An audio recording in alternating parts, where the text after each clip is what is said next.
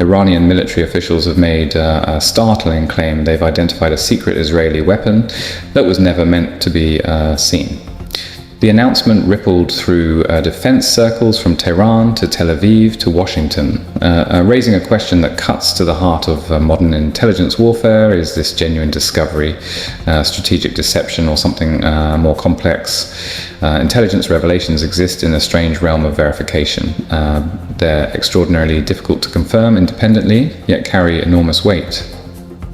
If proven true, Iran claims knowledge of a classified Israeli capability. Israel maintains official silence. And somewhere between those two positions lies a truth that defense analysts are working intensely to uncover. Has Iran actually penetrated one of Israel's most closely guarded secrets? If so, how did Tehran's intelligence apparatus accomplish what Western services might have missed?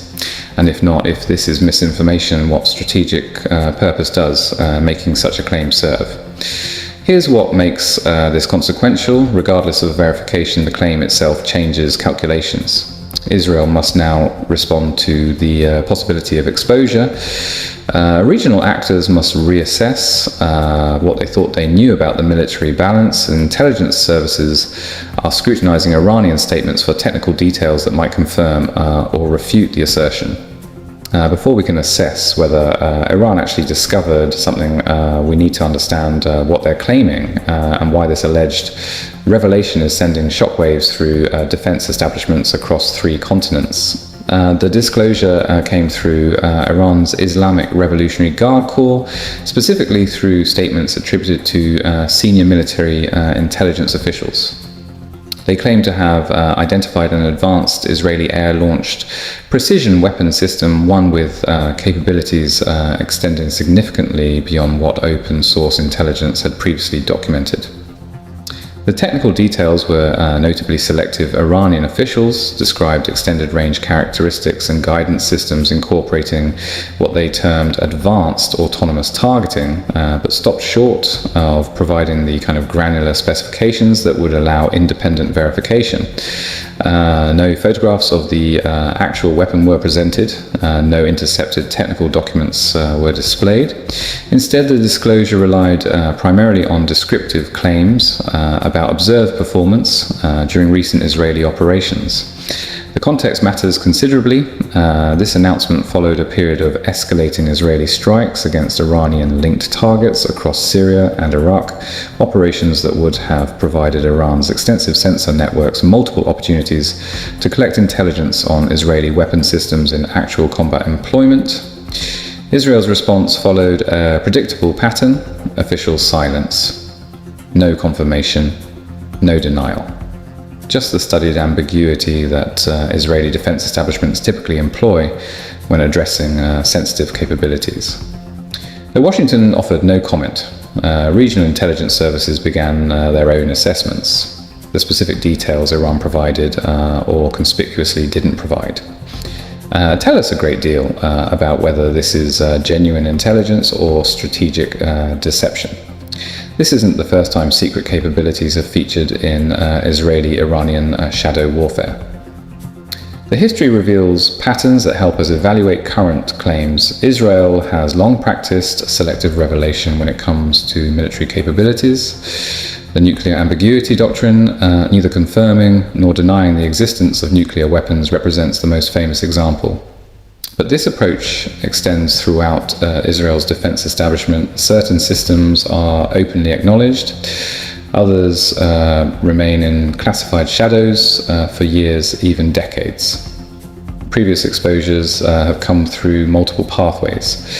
Stuxnet, the sophisticated cyber weapon targeting Iranian nuclear centrifuges, was reverse engineered by security researchers. Advanced missile capabilities were revealed through operational employment that adversaries could observe and analyze. Defensive systems like certain Iron Dome variants remained classified until combat necessity forced their use. Iran's track record in identifying Israeli capabilities is mixed. Tehran accurately identified certain long-range strike systems before Israel publicly acknowledged them, likely through technical analysis of weapon effects and fragments recovered after strikes. But Iranian officials have also made exaggerated claims announcing discoveries of capabilities that later analysis suggested were either misidentified or entirely fabricated. Iran possesses substantial intelligence collection infrastructure signals, intelligence networks across Syria and Iraq, technical surveillance capabilities and potential partnerships with Russian and Chinese intelligence services that provide sensor data Israel cannot fully suppress. Both genuine discoveries and false claims serve strategic purposes in this competition. The question is which category this revelation occupies. To evaluate Iran's claims, we need to analyze the specific evidence presented, what it reveals, and critically what it doesn't reveal. The technical details Iran provided show both substance and conspicuous gaps. The described and performance parameters, extended range and advanced guidance align logically with Israeli strategic requirements for striking hardened Iranian targets. At distance, Israel has clear operational incentives to develop precisely such capabilities. This consistency doesn't prove the claim, but it establishes plausibility. A fabricated story would likely align with Israeli needs just as easily. However, what's notably absent is harder evidence. No photographic documentation of the weapon itself, no intercepted technical specifications, no detailed performance data that independent analysts could verify against known physics and engineering constraints. Iran presented descriptions, not proof. How could Iran have acquired genuine intelligence? Several pathways exist. Israeli operations across Syria and Iraq over recent years provided numerous opportunities for technical collection. Each strike generates observable signatures, radar returns, infrared emissions, flight profiles, impact characteristics. Iran's sensor networks in those territories potentially augmented by Russian technical intelligence.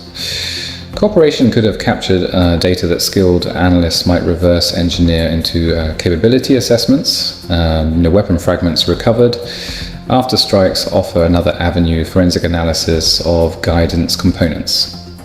And propulsion systems or warhead designs can reveal sophisticated details about performance. Iran has recovered Israeli munitions before and possesses the technical expertise to extract meaningful intelligence from physical evidence. Human intelligence remains possible, though penetrating Israeli defense industries represents an extraordinarily difficult challenge given Israel's counterintelligence capabilities. The strategic calculus behind revelation, whether genuine or fabricated, deserves equal scrutiny. If Iran actually discovered this capability, why publicize it? Quietly developing countermeasures would preserve the intelligence advantage.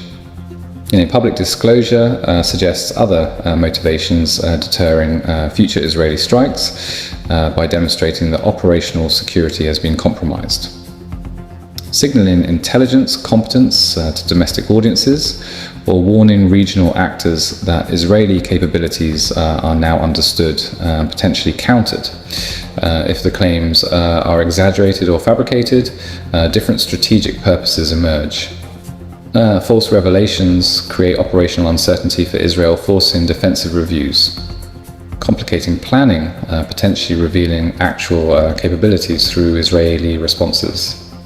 The claims also inflate Iranian intelligence prestige without requiring actual breakthroughs. What's missing matters as much as what's present. Definitive proof would include technical specifications detailed enough for independent verification, operational footage showing the system or corroboration from credible third-party sources. These absences don't disprove Iran's claims, but they prevent confirmation. Whether Iran's claims are accurate or not, the revelation itself changes strategic calculations. The strategic implications unfold differently depending on whether Iran's claims prove accurate, partially true, or fabricated, but each scenario carries significant consequences. If the claims are accurate, Iran has achieved a genuine intelligence breakthrough. Understanding the specific characteristics of a previously unknown Israeli weapons system enables targeted countermeasure development. Iranian engineers can now design defenses against known performance parameters rather than defending against infinite possibilities. Strategic ambiguity, one of Israel's most valuable assets, diminishes. The psychological advantage of unknown capabilities erodes when adversaries understand what they're facing. Israel would face pressure to accelerate next-generation development, potentially sharing more advanced technology with the United States, or pursuing independent programs that strain budgets and timelines. Regional ripple effects multiply if Iran shares this intelligence with Hezbollah, Iraqi militias, or other proxies, enabling them to adjust defensive postures accordingly. Even if claims prove only partially accurate, Iran still gains advantage. Incomplete intelligence narrows the defensive problem.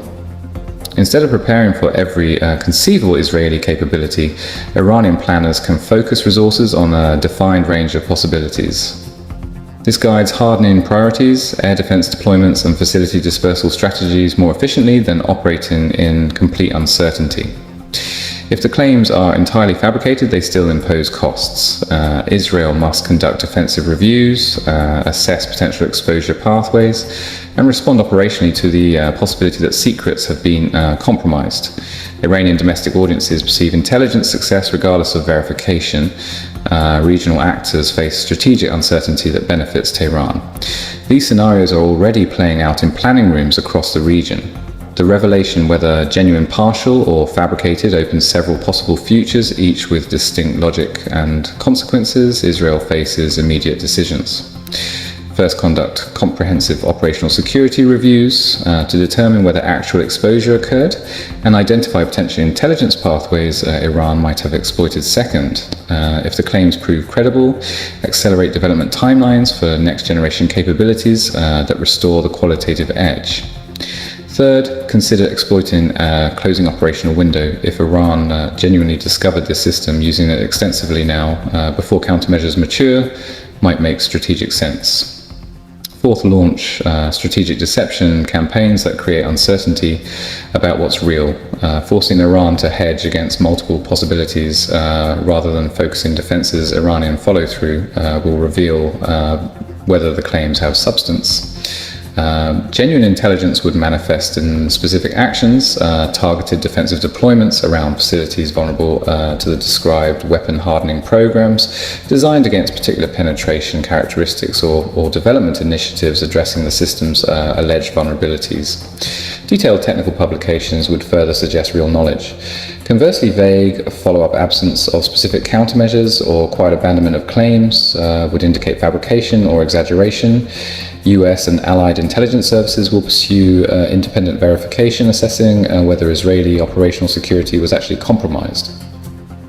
If confirmed technology sharing arrangements might face recalibration, regional threat assessments will adjust based on emerging evidence.